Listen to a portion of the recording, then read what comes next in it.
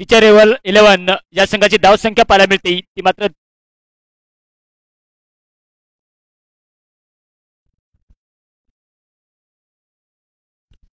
3 बाद 20.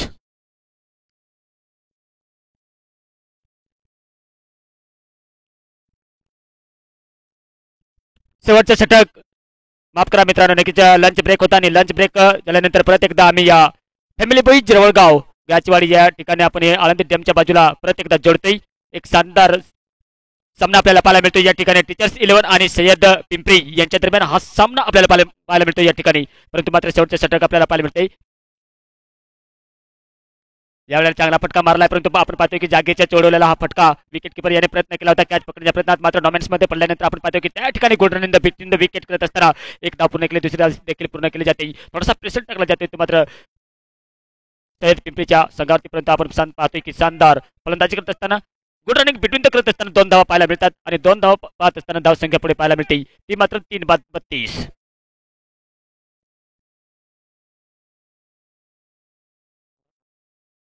22 धावसंख्या, सॉरी मित्रांनो, 22 धावसंख्या झाल्यात.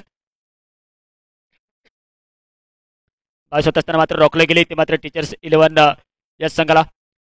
बघायला गेलं तर शानदार गोलंदाजी करत असताना अधूनमधून विकेट तर काढलेत, परंतु विकेट काढत असताना आपण पाहतो की थोडासा खाली राहिलेला हा चेंडू ऑन साईडला मोडण्याच्या प्रयत्नात बॅट आणि चेंडू यांचा संपर्क झाला नसल्या कारण मात्र आपण पाहू शकाल की निर्धाव चेंडू येत असताना कुठेतरी एक सन्मानजनक टार्गेट उभं करावं लागेल. ते मात्र टीचर्स 11 फलंदाजांना या ठिकाणी आपण पाहू शकाल की देखील दमखम दाखवत असताना सय्यद पिंपरी या संघाने आपण पाहिजे एक मजबूत स्थिती बनवलेली दिसते आणि मजबूत स्थिती बनवत असताना यावेळेला ऑन साईडला फटका मारलाय बायच्या त्या ठिकाणी खाली क्षेत्र आहे, वन बाउन्स चौकार जाईल की नाही, परंतु मात्र शानदार क्षेत्ररक्षण करत असताना चेंडूला अडवलंय. विकेट किपर यांच्याकडे थ्रो येतोय, पाठीमागे बॅकअप केलंय आणि बॅकअप करत असताना तिसरी धाव घेण्याच्या जब मनस्थिती दाखवली होती, परंतु मात्र माघारी परतावं लागेल.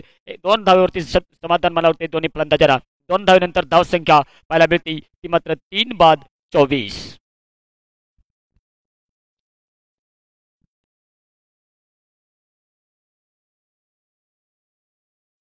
माफ करा मित्रांनो, 5 विकेट म्हणजेच अर्धी टीम आपल्या टीममध्ये गेल्यानंतर आपण पाहतो की एक लडखडती पारी पाहायला मिळते टीचर्स 11 या संघाची. प्रयत्न त्याला यावेळेला पाहायला मिळतोय की नक्कीच लॉंग ऑनच्या वरती शानदार फटका पाहायला मिळतोय, वन बाउन्स चौका 4 रन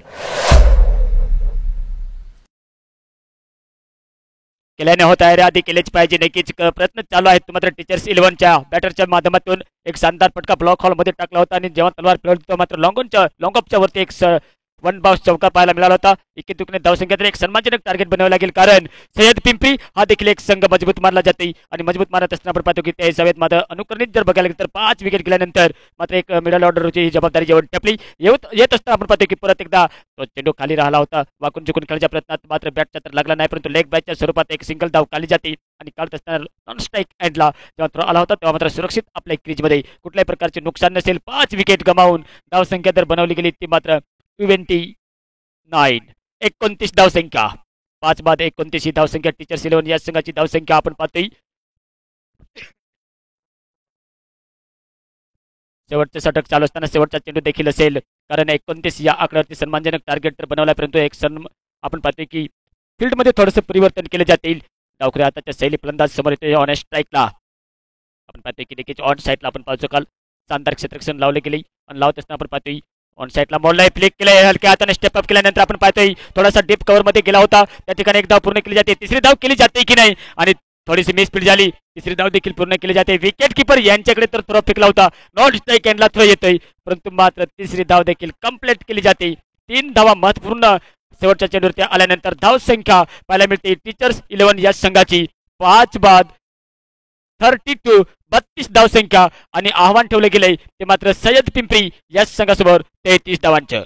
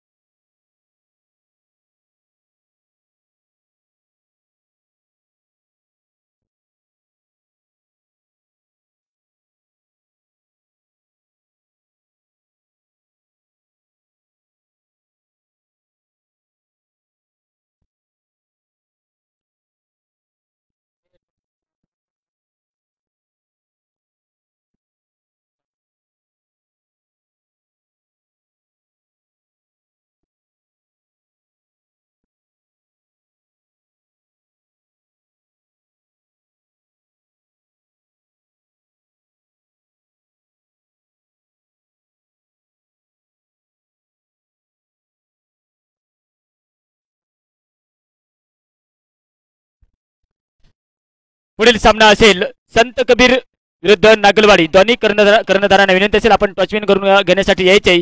मी विनंती करेन सन्माननीय किशोर भाऊ दिवे यांना मी विनंती करेन की आपण तुमच्या शुभ हस्ते मात्र या ठिकाणी टॉचविन करून घ्यायचे आहे. तत्परते जाऊया आपण परत एकदा मैदानाकडे, कारण पहिली इनिंग समाप्त झाल्यानंतर टीचर्स 11 या संघाने 32 धावसंख्या जमवल्या. 32 धावसंख्या जमत असताना 33 धावांचे टार्गेट ठेवले गेले, ते मात्र सय्यद पिंपरी या संघासमोर.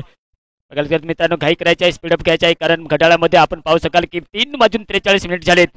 आजच्या दिवसातील देखील आपल्याला पॉल फायनलचा सामना खेळवणे बाकी शिल्लक आहे.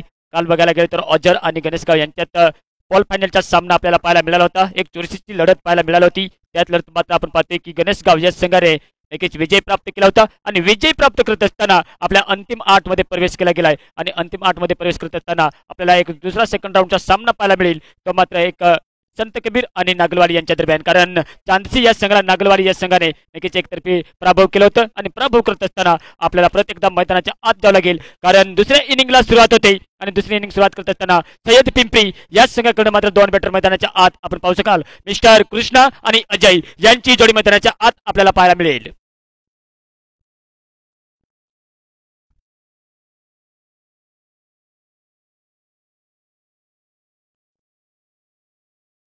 आमच्या मंचावर उपस्थित सन्माननीय कुंदनभाऊ बदाते, त्याच्यानंतर अण्णाभाऊ सेवरे, लाखनभाऊ बोंबले, त्याच्यानंतर आपण पाहू शकाल की गोकुळभाऊ टोंगारे, त्याच्यानंतर गणपत जनकार साहेब हे देखील उपस्थित आहेत मंचावर. त्यांचे देखील मी आमच्या फॅमिली बॉईज रवळगाव गौर कमेंटच्या माध्यमातून शब्दसुनाने स्वागत करतोय, कारण दुसऱ्या इनिंगला सुरुवात होते. 33 धावांचं टार्गेट पार पाडत असताना, जबाबदारी घेत असताना 2 बॅटर मैदानाच्या आत पाहायला मिळत आहेत. आपण पाहतोय की टीचर्स 11 या संघाकडे नवनाथ भाऊ पहिलं षटक घेऊन येतोय. राऊंड विकेटचा मारा करण्यासाठी त्याला क्षेत्ररक्षण लावले गेले, आणि क्षेत्ररक्षण लावत असताना ऑन साईडला जर बघायला गेलं तर एक बॅकवर्ड शॉट्स करेल लेगच्या दिशेने एक करेल लेग, आणि त्यानंतर आपण पाहतोय कव्हर नंतर शॉट थोडासा मिड विकेट ऑफ साईडला आपण पाहतोय. कव्हर नंतर आपण पाहतोय फ्लाय स्लिप नंतर एक पॉइंट नंतर थोडासा डीप एक्स्ट्रा कव्हरच्या रिजन मध्ये आपण पाहतोय लॉंग ऑन आणि लॉंग ऑफ हे 2 क्षेत्ररक्षक लावले गेलेत. मात्र टीचर्स 11 या संघाने पाहायचं आहे की 33 धावांचे पाठलाग करताना कोणत्या प्रकारे प्रत्युत्तर दिले जाईल, हा मात्र प्रश्न निर्माण होते. 2 बॅटर मैदानाच्या आत आपण पाहू शकाल सय्यद पिंपरी या संघाकडून. पुढील सामना असेल मित्रांनो संत कबीर आणि नागलवाडी. दोन्ही कर्णधारांना विनंती असेल आपण टचविन करून घेण्यासाठी प्रेझेंटेशन बॉक्स समोर यायचे. ओके, या सामन्याला सुरुवात होते.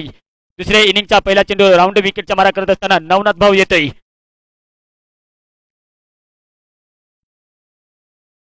सन्मान दिला होता, परंतु मात्र हवाई यात्रेमध्ये थोडी देर लहरला होता चेंडू, परंतु मात्र आपल्या त्या ठिकाणी बघायला गेलं तर शरीरापासून दूर चेंडू होता. स्ट्राईकला नॉन स्ट्राईक एंडला थ्रो येत होता, तेव्हा मात्र नक्कीच कुठेतरी पायात मॉच आली, आणि मॉच आल्यानंतर लढखडत मात्र दुसरी धाव देखील पूर्ण केली, परंतु मात्र नक्कीच चोट लागल्यानंतर दर्द महसूस होते. आणि दर्द महसूस होत असताना आपण पाहू शकाल की नक्कीच पाणी घेऊन मित्रांनो जायचे असेल.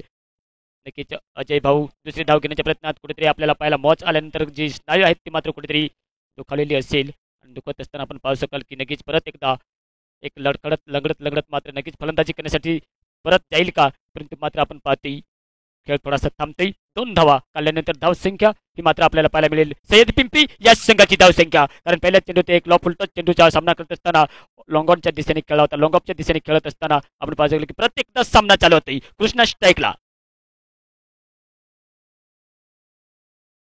यावेळेला देखील एक्स्ट्रा कव्हरच्या रिजन मध्ये फटका पाहायला मिळतोय. हवाई यात्रेमध्ये लहरत चेंडू जातोय 1 बाउन्स चौकार 4 रन.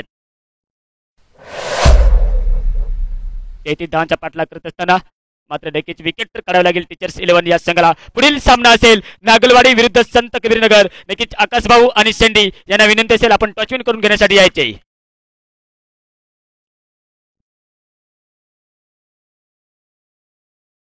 हा सामना चालतोय, ह्या सामन्यात तुमचा संघ जिंकेल तर मात्र नक्कीच एक बाजूला मात्र पॉल फायनलच्या सामन्यात प्रवेश करू शकतोय. एक बाजू अजून आपल्याला पाहायला मिळेल की नॉकआउटचा सामना अजूनही बाकी एक शिल्लक आहे. त्यात मात्र बघायला गेलं तर नक्कीच नवनाथ सरांची गोलंदाजी थोडीशी आपल्याला एक बघायला गेलं तर महंगे साबित पाहायला मिळते.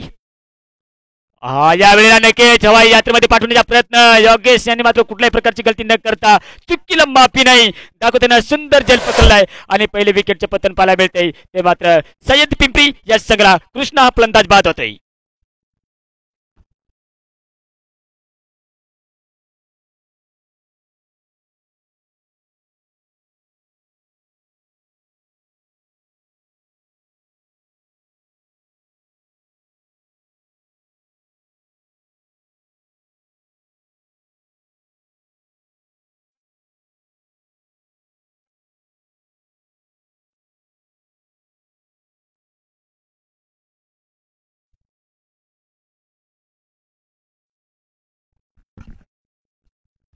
नेक्स्ट बॅटर जातोय मैदानाच्या आत मिस्टर कैलाश सय्यद पिंपरी या संघाकडे बघायला तर वन डाऊनला जाते त्यांच्यावर मोठी जबाबदारी असेल परंतु मात्र अजय यांना साथ द्यावी लागेल कारण क्रिकेटमध्ये आपण मित्रांनो पाहतोय 33 धाव म्हणजे मोठी धाव संख्या तर नसेल परंतु क्रिकेटमध्ये जोपर्यंत शेवटचा चेंडू टाकला जात नाही तोपर्यंत मात्र सांगणे कठीण असते मुश्किल असते आणि अनिश्चिततेचा खेळ असल्याने आपण मित्रांनो जाणतोय कधी एक धावने प्रभाव होतोय तर कधी एक धावने विजय सुद्धा होऊ शकतोय हे क्रिकेटचे रहस्य जेव्हा फलंदाजी करण्यासाठी जातोय तेव्हा मात्र नक्कीच सुनावबाद होतोय तेच म्हणजे क्रिकेट जेव्हा सेंचुरी मारली जाते तेच म्हणजे क्रिकेट हा एक नक्कीच अरंपार खेळणारा जाणारा हा क्रिकेट आहे आणि ऑन साईडला प्रत्येकदा मोडलाय त्या ठिकाणी डीप फॉरवर्डच्या क्षेत्रामध्ये स्किटला टच होते त्यानंतर सीमा पार जाते 4 रन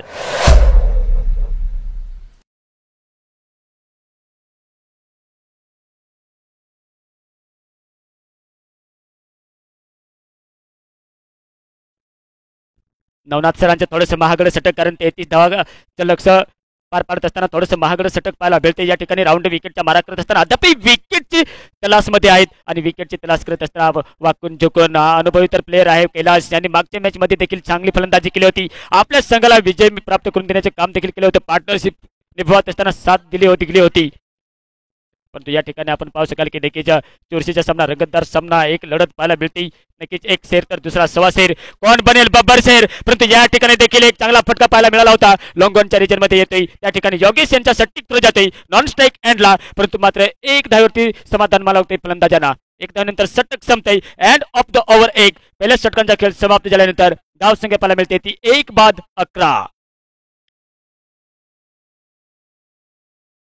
तेहतीस धावांचा पाठला करत असताना आपण पाहू शकाल पुढील सामना आपल्याला एक चुरशीची लढत पाहायला मिळेल हा देखील एक चुरशीचा सामना पाहायला मिळेल संत कबीरनगर आणि नागलवाडी यांच्या दरम्यान कर्णधारांना विनंती असेल की आपण टॉचविन करून घेण्यासाठी मित्रांनो यायचे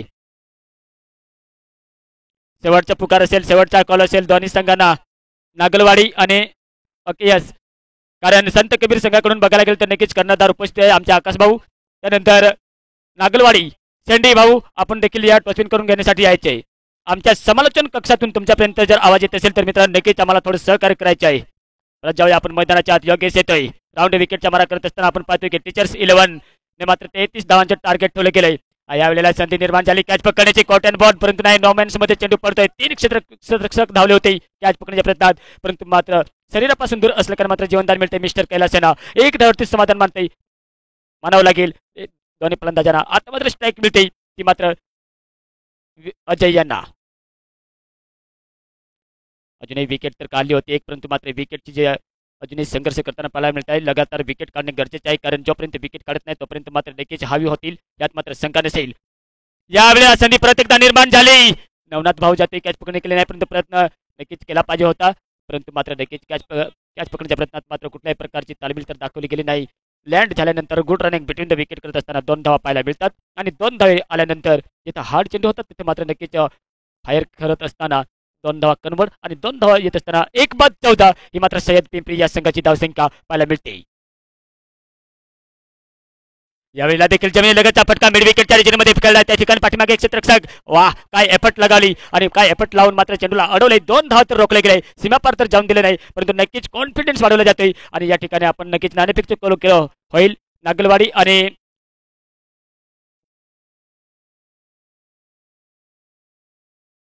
संत कबीरनगर यांच्या दरम्यान मात्र नक्कीच नाणेफेकचं कॉल होईल मी विनंती करेन किशोर भाऊ दिवे आपणास विनंती असेल की आपल्या सुबस्ती मात्र नाणेफेकचं कौल करावं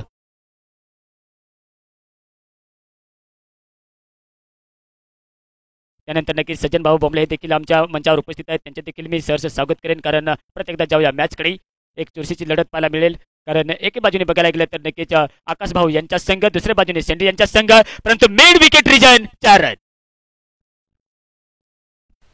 नाणेफेकचं कौल होते किशोर भाऊ दिवे यांच्या सुपस्थित पात्र नक्कीच नागलवाडी आणि बघायला गेलं तर संत कबीरनगर यांच्या दरम्यान बघायचं आहे की कोणाच्या बाजूने टॉसचा निर्णय जाते नागलवाडी याच संघाने मात्र लगेच टॉस जिंकलाय निर्णय मित्रांनो लगेचच कळवायचा आहे हा सामना संपल्यानंतर लगेचच मित्रांनो मैदानामध्ये उतरावं लागेल कारण आपल्याकडे टाइम कमी आहे कारण remember time what's for you लक्षात ठेवा वेळ कुणासाठी थांबू शकत नाही कारण सूर्य देखील पश्चिमेच्या बाजूला झुकतोय एकदा आपण परत मैदानाच्या आत जातोय नागलवाडी या संघाने क्षेत्ररक्षण करण्याचा निर्णय घेतलाय पहिले मारा करण्याचे ठरवलंय आणि फलंदाजी आमंत्रित केलंय संत कबीर या संघाला यावेळेला देखील मिड विकेटच्या रिजनमध्ये खेळाय परत जातोय चेंडू चकमा देऊन 4 रन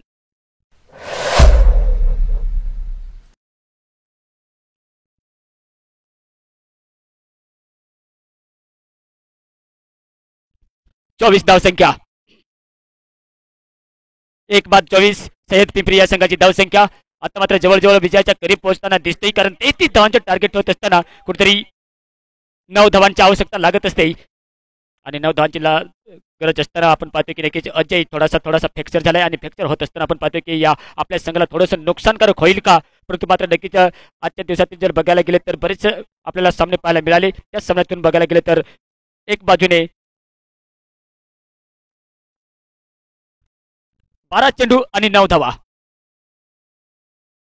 कॅल्क्युलेशन नक्कीच बनवून खेळताना पाहायला मिळते.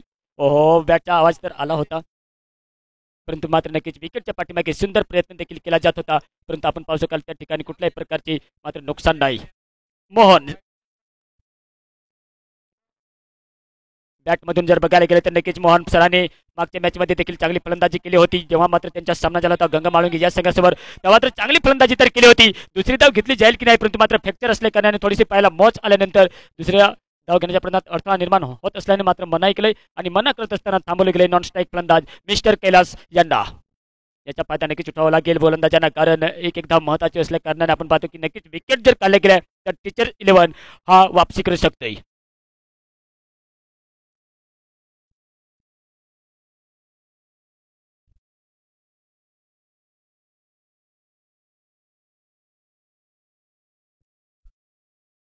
पुढील चेंडू यावेळेला चांगला फटका, परंतु मात्र संतुलन बिघडलं, परंतु मात्र शरीरापर्यंत चेंडूपर्यंत तर पोहोचू शकले नाही. परंतु लँड झाल्यानंतर आपण पाहू शकाल की नक्कीच good running between the wicket साठी थ्रो तर फेकला होता, परंतु नाही.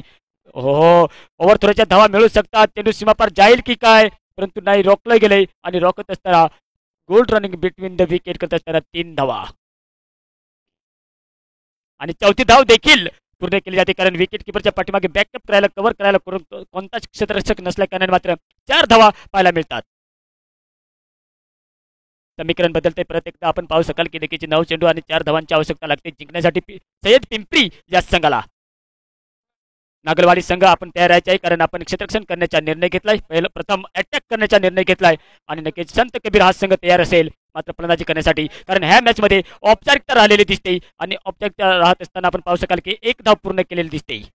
1 धाव पूर्ण करत असताना आपण पाहू शकाल की नक्कीच 3 धावांची आवश्यकता पाहिजे की कैलास हा षटकार किंवा चौकार मारून आपल्या संघाला विजय प्राप्त करेल का, कारण महत्वपूर्ण बघायला गेलं तर 1 विकेट गमावून मात्र एक मजबूत स्थितीमध्ये विजयाच्या करीब, विजयाच्या समोर जाताना पाहायला मिळतोय सय्यद पिंपरी हा संघ.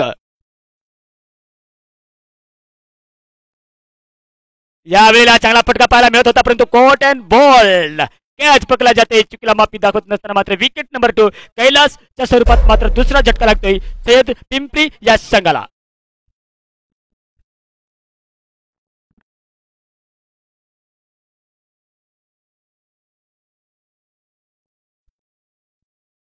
समीकरण एकदा परत आपल्याला पाहायला मिळेल की 7 चेंडू आणि 3 धावांची आवश्यकता लागते सय्यद पिंपरी या संघाला.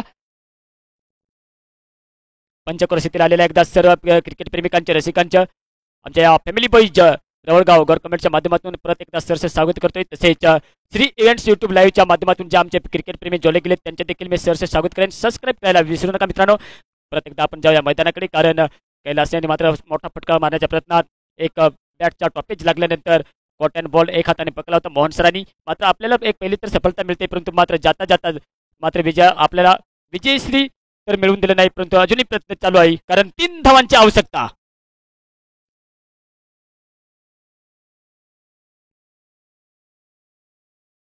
व्हायचे गेले की लेग स्टम्पच्या बाहेर चेंडू टाकला होता, परंतु अंपायरचा कुठल्याही प्रकारचा इशारा नाही. परंतु मात्र आपण पाहतोय षटक संपतंय, आणि षटक संपल्यानंतर आपण पाहतोय की नक्कीच्या रिव्ह्यू मागितला जातोय वाईटच्या.